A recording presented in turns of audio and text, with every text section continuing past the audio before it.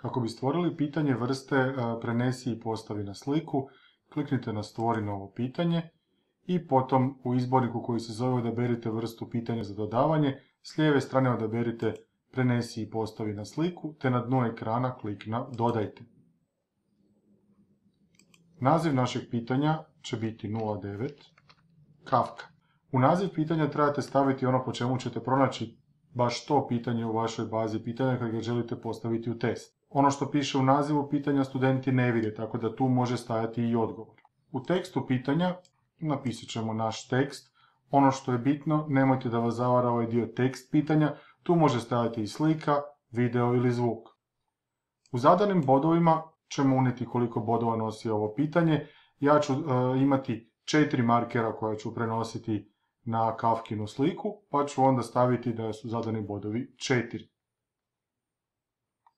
Kako možete dodati pozadinsku sliku? Jer naime u ovoj vrsti pitanja morate imati pozadinsku sliku na koju ćete prenositi odgovore. Tako da ili kliknete na ovaj tu gumb odaberi datoteku i na svom računalu pronađete tu sliku, postavite je ovdje, ili tako da je prenesete i ovdje gdje piše ovdje ispustite datoteke kako biste ih prenijeli na poslužitelji, ih ispustimo. Dopuštene vrste slika su GIF, JPEG, PNG i SVG.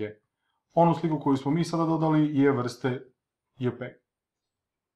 Ako se slika ovdje prikazala ispod tog polja za unos, to znači da je sve u redu. Prvo ćemo zadati objekte koje možemo prenijeti. U ovoj vrsti pitanja možete prenositi ili slike, znači nekakve manje slike koje bi zapravo bile oznake koje prenosite na ovu pozadinsku sliku, ili će to biti tekst. Mi ćemo koristiti tekst. Jedna od bitnih stvari koje trebate, bez obzira odaberete li prijenos slike ili teksta, trebate odabrati, izmiješati redoslijed objekata pri novom pokušaju rješavanja. Ponuđeno vam je 6 objekata ili 6 odgovora, označenih kao objekt koji možete prenijeti 1 do 6, i oni imaju svoju vrstu.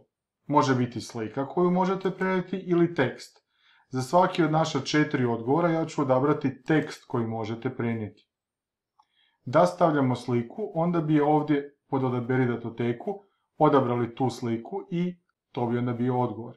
No, mi ćemo koristiti tekst, pa to unosimo ovdje na dnu ovog okvira koji je vezan uz objekt koji možete prenijeti 1 i prvi tekst će biti glava.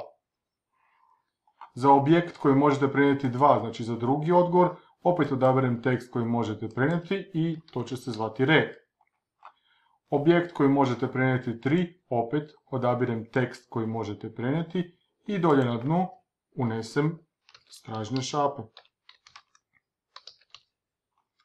I za četvrti odgovor, odnosno objekt koji možete prenijeti 4, odabrat ću tekst koji možete prenijeti i dolje ću upisati Batman.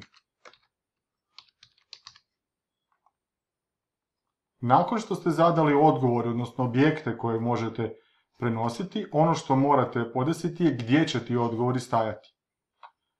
U sekciji zone za postavljanje odabrat ćemo zone od 1 do 4. Prve dvije postavke, lijevo i gore, to su vam inače koordinate, nećemo dirati za svaku od tih zona, već ćemo odabrati ovu treću opciju koja kaže objekt koji možete prenijeti. Stavit ćemo da u prvu zonu ide glava, u drugu zonu ide rep, u treću zonu idu stražnje šape i u četvrtu zonu ide Batman.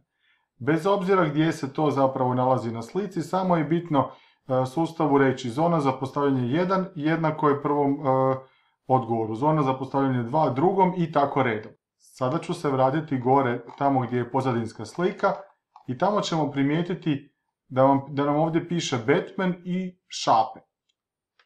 To su odgovori koje možete postaviti na samu sliku. Znači ja ću prvo kliknuti na ovaj Batman i prenijeti tu gdje je sjena na kojoj naš Kafka izgleda kao Batman i tu će staviti taj odgovor. Potom odgovor stražnje šape ću staviti tamo gdje bi trebale stajati stražnje šape, rep isto tako i odgovor glava ovdje. Ono što trebate primijetiti da moji odgovori variraju od 3 znaka, 5 znakova, 6 znakova do 13 znakova s razmakom, ovisno o tome radi li se o odgovoru rep, glava, Batman i stražnje šape.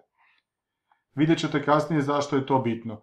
Da dolje imate ponuđene odgovore ispod slike i na takav način posložene veličine ovih zona, vi biste jako lako znali gdje trebaju ići stražnje šape, a gdje rep. No sustav će to ipak malo otežati. Ako sada izgleda sve kako bi trebalo, ako sve zone postoje, ako postoje svi odgovori, idemo skroz na dno, klik na pohrani promjene. Sada ćemo pregledati naše pitanje. Klik na ikonu za pregled. Kao što vidite, zone za postavljanje su sve jednake širine. Najširi odgovor, najdulji odgovor, ovaj stražnje šape, je bio mjerilo po kojem su izrađene sve te zone.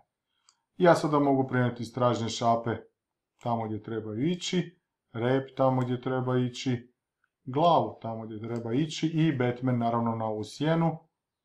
Predajte i završite. I to je sve točno. I to je to.